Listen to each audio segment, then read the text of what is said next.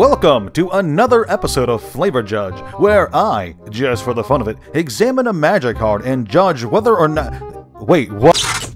Greetings, mortals. It is I, Trazen the Archaeovist, and I have decided to add this rare, if a bit outdated, lore archivist to my galleries. Sadly, this lore unit will be long gone by my time in the year 40,000, so I have decided to take a brief trip back in time to, liberate it.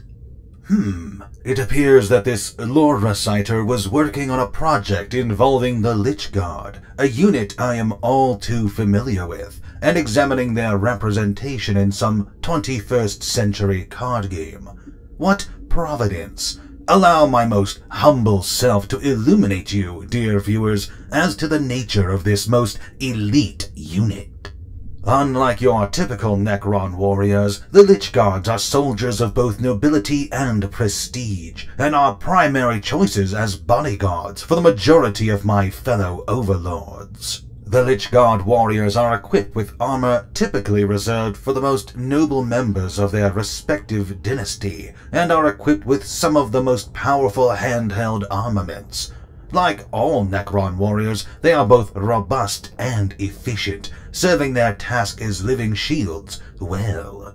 Now let's see here. In this ancient human card game, Magic the Gathering, the Lychguard is represented as an artifact creature that has a printed cost of 2 generic mana and a skull mana. This unit has 2 power and 3 toughness, and an ability called Guardian Protocols. After paying 3 generic and a skull mana, you can sacrifice the Lychguard to return all legendary creature cards from your graveyard to your hand. If the legendary creatures are already in your graveyard, then that means this Lychguard has already done a rather poor job of protecting them.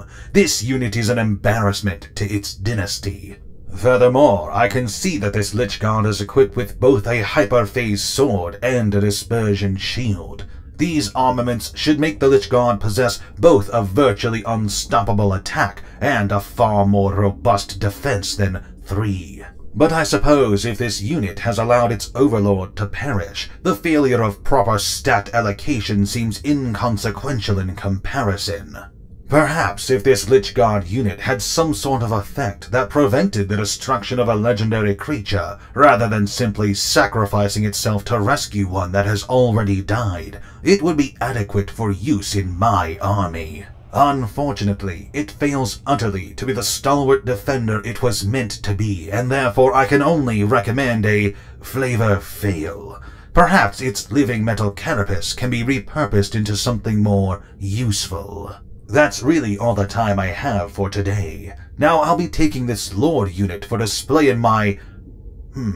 wait a moment.